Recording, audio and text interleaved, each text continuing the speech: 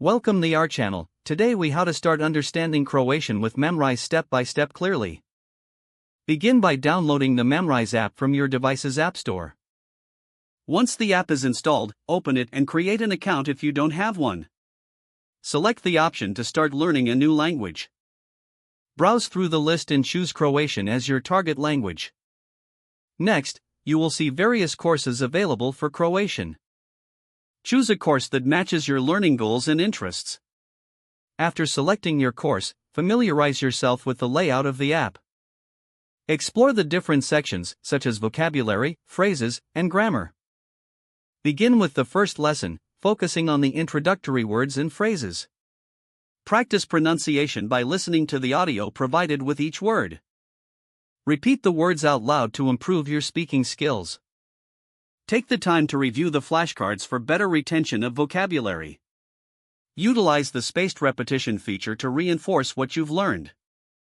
As you progress, engage with the interactive games to make learning enjoyable. Try setting daily goals to maintain consistency in your learning journey. Don't hesitate to revisit previous lessons for reinforcement. Explore the community features to connect with other learners and native speakers. Consider using supplementary materials, such as language books or Croatian media. Stay patient and persistent, as language learning takes time and practice. Celebrate your small victories to stay motivated along the way.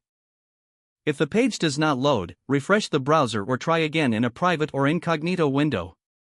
Make sure you are using the correct email address, then retype it carefully to avoid small typos. If your password is not accepted, use the reset option and create a new strong password you can remember. Check your spam folder for verification or security emails, then complete any requested confirmation steps.